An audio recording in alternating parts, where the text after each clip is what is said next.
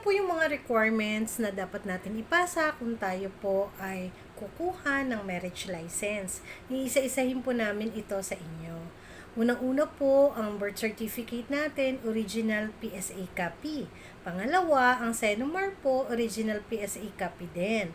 And then, ang government valid ID po na pwede nating ipasa. Usually, yan po yung may mga pirma natin. And then, nakalagay po doon ang ating mga information. Okay, 2x2 ID picture, ang sedula. Of course, kailangan natin attend ng seminar.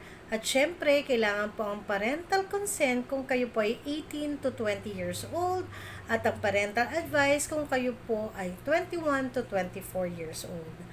Kung kayo naman po ay byudo o byuda, kailangan po ang death certificate, original PSA copy din. And of course, kung kayo naman po ay annulled at magpapakasal uli, kailangan po ang ating court decision at ang finality. So, I hope nakatulong po yung binigay namin sa inyo. Salamat!